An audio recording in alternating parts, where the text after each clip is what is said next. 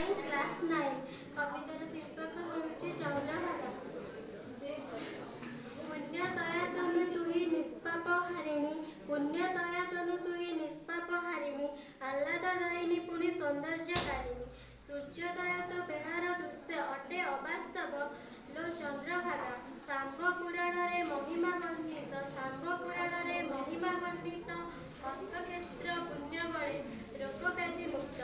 ଏତେ ବଡ଼ ପବିତ୍ରତା ଥାଇ ତୋ ମନରେ, ଏତେ ବଡ଼ ପବିତ୍ରତା ଥାଇ ତୋ ମନରେ, ହାତ ଦେଇ କଳଙ୍କକୁ ବହିଛୁ କିପାଇଁ?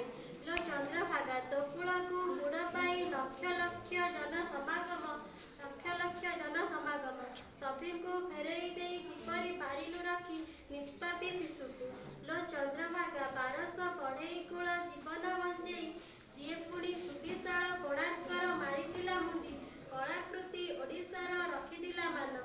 ଲୋ ଚନ୍ଦ୍ରଭାଗା, ଏବେ ଅନୁତପ୍ତ 1200 ବଢ଼େଇ କାନ୍ଦେ ବିଶୁ ମହାରଣା, ବାରି ବରକୋଳି ଆଉ କାଳିଆ କୁକୁର ଅପେକ୍ଷାରତ ଅଛନ୍ତି ତୋହରି ତଟରେ। ଲୋ ଚନ୍ଦ୍ରଭାଗା, କୋଣାର୍କ ତୋ କୂଳରେ କରିଛି ଅପେକ୍ଷା, କାନ୍ଦେ ମୁଣ୍ଡ